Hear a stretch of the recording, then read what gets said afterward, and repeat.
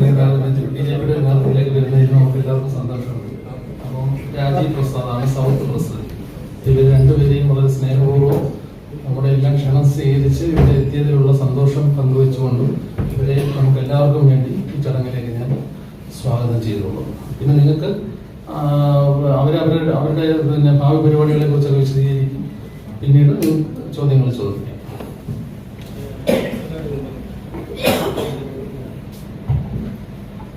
പ്രിയമുള്ളവരെ, പുതിയ സംഘടനാ സംവിധാനത്തിന്റെ ഭാഗമായിട്ട് ബിജെപിക്ക് ചില ജില്ലകളിൽ 2 ജില്ലാ പ്രസിഡന്റുമാരും മറ്റു ജില്ലകളിൽ കുറച്ചുകൂടി വിപുലമായ അല്ലെ വലിയ വിസ്തൃതിയുള്ള ജില്ലകളിൽ 3 പേരും ജനസാന്ദ്രത കുറഞ്ഞ ജില്ലകളിൽ ഒരാളുമാണ് ആ ജില്ലാ സംവിധാനത്തിലേക്ക് പുതിയതായിട്ട് വന്നിട്ടുള്ളത്.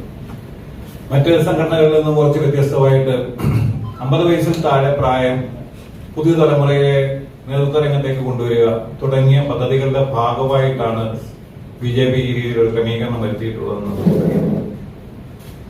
ആനുകാലിക രാഷ്ട്രീയ സംഭവ വികാസങ്ങൾ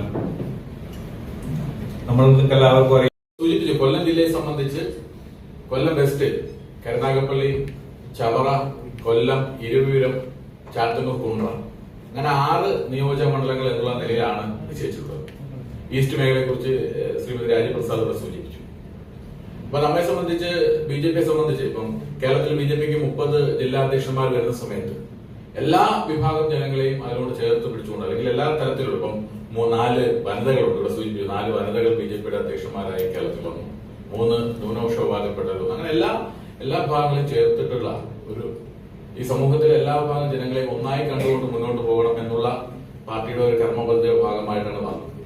അപ്പൊ നമ്മളെ സംബന്ധിച്ച് ഇപ്പൊ കൊല്ലത്തെ സംബന്ധിച്ച് പറയുകയാണെങ്കിൽ ഇപ്പം കൊല്ലം കോർപ്പറേഷൻ ഏറ്റവും പ്രധാനപ്പെട്ടത് നമുക്ക് പറയാൻ കഴിയുന്നത് കൊല്ലം കോർപ്പറേഷൻ ആണ്. ഇപ്പൊ കൊല്ലം കോർപ്പറേഷൻ ഇന്ന് ഒരുപക്ഷെ നാദിനില്ലാത്ത ഒരു അവസ്ഥയിലേക്കാണ് കൊല്ലം കോർപ്പറേഷൻ പോകുന്നത്. മേയറില്ല, ഡെപ്യൂട്ടി മേയറില്ല, അങ്ങനെ ബഡ്ജറ്റ് അവതരിപ്പിക്കുന്ന ഘട്ടത്തിൽ ധനകാര്യ സ്റ്റാൻഡിംഗ് കമ്മിറ്റി ചെയർമാനില്ല. അപ്പം നമ്മുടെ ഒരു പശ്ചാത്തലം എന്ന് പറയുന്ന സമയത്ത് പാർലമെന്റ് തെരഞ്ഞെടുപ്പിനെ സംബന്ധിച്ച് നമുക്ക് സീറ്റുകൾ കുറഞ്ഞു എങ്കിലും നരേന്ദ്രമോദി ഗവൺമെന്റ് അധികാരത്തിൽ വന്നു. അതിനുശേഷം നടന്ന 3 സംസ്ഥാന തെരഞ്ഞെടുപ്പുകൾ നമ്മുടെ മുന്നിലുണ്ട്. ഇപ്പൊ ഹരിയാന ആകട്ടെ, മഹാരാഷ്ട്ര ആകട്ടെ, ഏറ്റവും അവസാനം നടന്ന ഡൽഹി 27 വർഷത്തിന് ശേഷം. അപ്പൊ ഇതൊക്കെ നമ്മുടെ പ്രവർത്തനത്തിന് ആത്മവിശ്വാസം പകർന്നുകൊണ്ട് കേരളത്തിലും ഒരു രാഷ്ട്രീയ മാറ്റം അനിവാര്യമാണ്, രാഷ്ട്രീയ മാറ്റം ഉണ്ടാകും എന്ന തിരിച്ചറിവ് യാഥാർത്ഥ്യം. നമുക്കറിയാം, കേരളത്തിലെ സംബന്ധിച്ചോളം കഴിഞ്ഞ പാർലമെന്റ് തെരഞ്ഞെടുപ്പ് ബിജെപിയെ സംബന്ധിച്ചോളം ഏറെ അഭിമാനകരമാണ്. ഒരു താമര ചിഹ്നത്തിൽ ഒരു ജനപ്രതിയെ നമുക്ക് ജയിക്കാൻ കഴിഞ്ഞു. അതോടൊപ്പം കേരളത്തിലെമ്പാടും 20% വോട്ടിലേക്ക് ഒരു ചരിത്രപരമായ നേട്ടത്തിന് ബിജെപിക്ക് കഴിഞ്ഞു. അപ്പൊ ഇത് സൂചിപ്പിക്കുന്നത് കേരളത്തിലെ കാലാകാലങ്ങളായിട്ടുള്ള ഇടത് അല്ലെങ്കിൽ വലത് മാറി മാറി വരുന്ന രാഷ്ട്രീയം അല്ലെങ്കിൽ ആ ഭരണം അതിന് മാറ്റം വന്നുകൊണ്ട് ബിജെപി കേരളത്തിലെ മുഖ്യ രാഷ്ട്രീയ പാർട്ടിയായി കേരളത്തിലും കൊല്ലത്തും മാറുന്നതിന്റെ ഒരു പ്രധാനപ്പെട്ട ഉദാഹരണമാണ് കഴിഞ്ഞ പാർലമെന്റ് തെരഞ്ഞെടുപ്പിൽ ഉണ്ടായത്.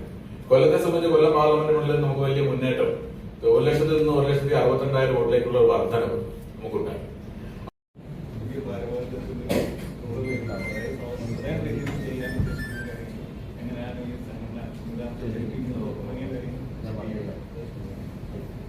എല്ലാവർക്കും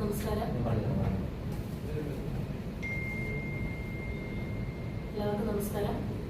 പേരുടെ സൂചിപ്പിച്ച് രാജീവ് പ്രസാദാണ്. മൈനാപ്പൂരിലാണ് താമസിക്കുന്നത്. പുതിയ സംഘടന മറ്റ് നമ്മുടെ ജില്ലയിൽ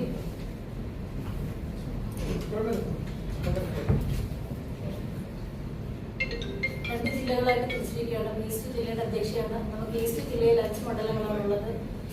കുന്നത്തൂര്, പത്തനാപുരം, ചടയമംഗലം, പുനലൂര്, കൊട്ടാരക്കര. ഈ 5 മണ്ഡലങ്ങളുടെ ചാർജാണ് എനിക്ക് തന്നിട്ടുള്ളത്. അപ്പൊ സംഘടനാപരമായിട്ട് നമ്മുടെ നിയോജക മണ്ഡലം തരത്തിലുള്ള സംഘടനാ തെരഞ്ഞെടുപ്പുകൾ കഴിഞ്ഞു. ഇനി ജില്ലാ ഭാരവാഹികളെയൊക്കെ തെരഞ്ഞെടുക്കേണ്ടതുണ്ട്. ഇനിയുള്ള ഞങ്ങളുടെ പ്രധാന ലക്ഷ്യം വരാൻ പോകുന്ന പഞ്ചായത്ത് തെരഞ്ഞെടുപ്പ്, നിയമസഭാ തെരഞ്ഞെടുപ്പാണ്. 2 വലിയ ദൗത്യങ്ങളാണ് മുന്നിലുള്ളത്.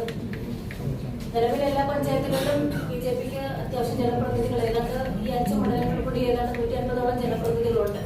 അപ്പൊ അത് കൂടുതൽ ജനപ്രതിനിധികൾ ഉണ്ടാക്കുക, പല പഞ്ചായത്തുകളിലും മുനിസിപ്പാലിറ്റിയിലും ഒക്കെ ഭരണം പിടിക്കാൻ രീതിയിലുള്ള സംവിധാനങ്ങൾ മുന്നോട്ട് കൊണ്ടുപോകുക, ഇതൊക്കെയാണ് ഇനിയുള്ള ലക്ഷ്യം. അതിനെ എല്ലാവരെയും യോജിപ്പിച്ചുകൊണ്ട് മുഴുവൻ പ്രവർത്തകരെയും ഒരാളെയും മാറ്റി നിർത്താതെ എല്ലാവരെയും ഉൾക്കൊള്ളിച്ചുകൊണ്ട് നല്ല രീതിയിൽ സംഘടനാ പ്രവർത്തനം നടത്താനാണ് തീരുമാനിച്ചിരിക്കുന്നത്.